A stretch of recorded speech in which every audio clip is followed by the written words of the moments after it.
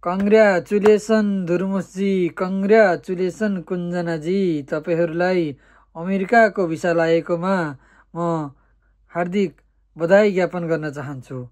हो, तपाईँहरू ठिक सुन्दै हुनुहुन्छ। हाम्रो धुर्मुसजी र कुञ्जना घिमिरे र सपरिवार सहित उहाँको छोरीसहित उहाँहरू चाहिँ अमेरिका भासिनु भएको छ। उहाँहरूलाई अमेरिकाले भिजा दिएको छ र उहाँ अमेरिकाको नागरिक भइसक्नु भएको छ। नेपालले एउटा होनहार कलाकार, एउटा होनहार समाजसेवी व्यक्तित्व गुमाएको छ र यसमा म सबैलाई बधाई दिन चाहन्छु। किनभने यस्ता यी हाम्रा हिराहरूलाई त नेपालमा राखेर कामै छैन। हामीले त यिनलाई अमेरिकालाई दिने हो, अर्को देशलाई दिने हो, अरू विदेशलाई दिने हो। हाम्रो देशमा त यस्ता हिराहरू हुनु हुँदैन।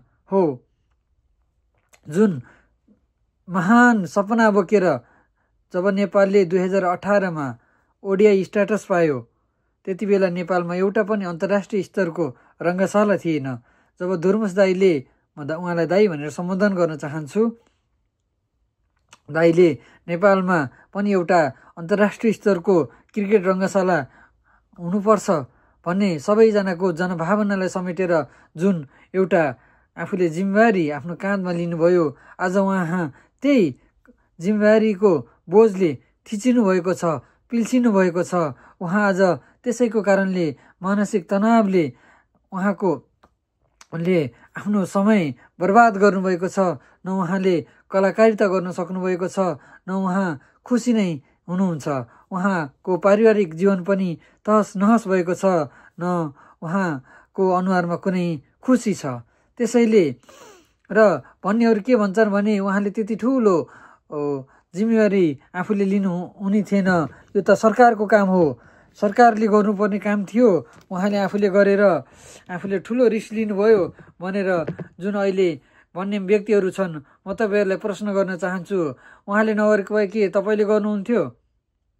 सरकारले आफ्नो गर्नुपर्ने कामहरू आफ्नो ठाउँबाट गरिरहेको छ, तर धुर्मुस सुन्तली फाउन्डेसनले जनस्तरबाट पनि केही कुराहरू गर्न सकिन्छ है।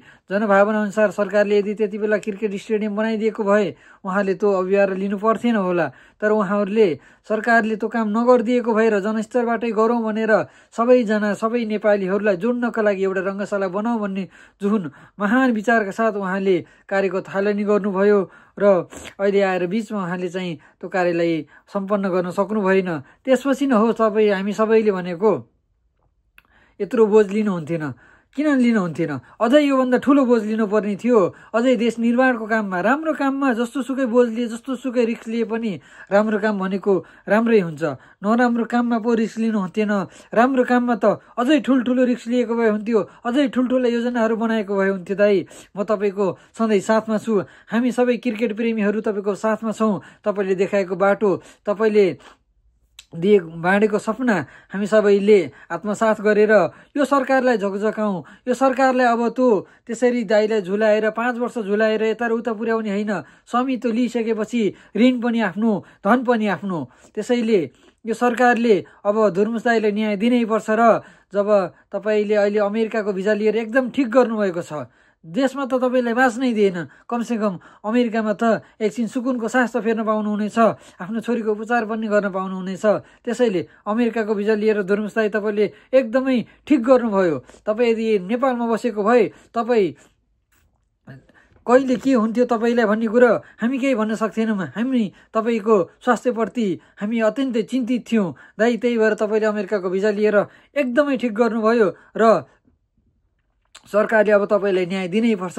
र त्यसको लागि यो भिडियो हेर्नुभएका सम्पूर्ण नेपालीवासी, सम्पूर्ण विकास प्रेमी जनताहरूले धुर्मुस दाइलाई न्याय दिउँ, धुर्मुस सुन्तली फाउन्डेसनलाई यो बोझबाट हामी मुक्त गराइदिउँ र उहाँहरूले गरेको कामलाई हामी सराहना गर्दै, कदर गर्दै उहाँहरूलाई ससम्मान हामीले यसमा सम्मानको दृष्टिले हेर्नुपर्छ, उहाँलाई घृणाको दृष्टिले हेर्ने होइन, हामीले उहाँहरूलाई मायाको दृष्टिले हेर्नुपर्छ, सम्मानको दृष्टिले हेर्नुपर्छ र जुन बाटो उहाँहरूले देखाउनु भएको छ भविष्यमा त्यस्ता समाजसेवीहरू पनि फेरि आउन् जसले 1 रुपियाँ पनि नखाइकन जसले आफ्नो घर गाडी सम्पत्ति बेचेर जसरी देशको लागि आफ्नो सबै कलाकारिता त्यागेर जसरी अघि बढेको छ। हामीले उनीहरूलाई त दुरुत्साहन गर्ने होइन, हामीले उहाँहरूलाई प्रोत्साहन गर्ने हो र गाह्रो समयमा हामीले उहाँहरूलाई चाहिँ लखेड्ने होइन कि हामीले उहाँलाई त गाह्रो समयमा साथ दिने हो।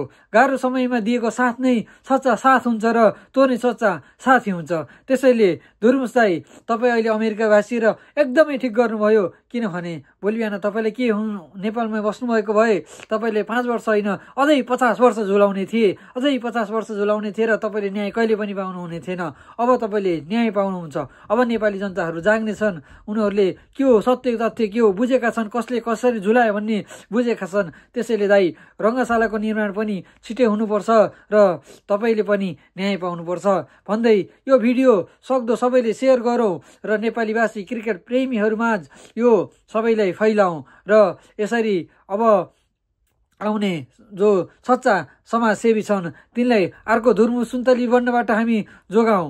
आउनुहोस् दाइ, तपाईँ केही समय अमेरिका बसेर उपचार गरेर फेरि नेपालमै कलाकारिता गर्न आउनुहोस् अनि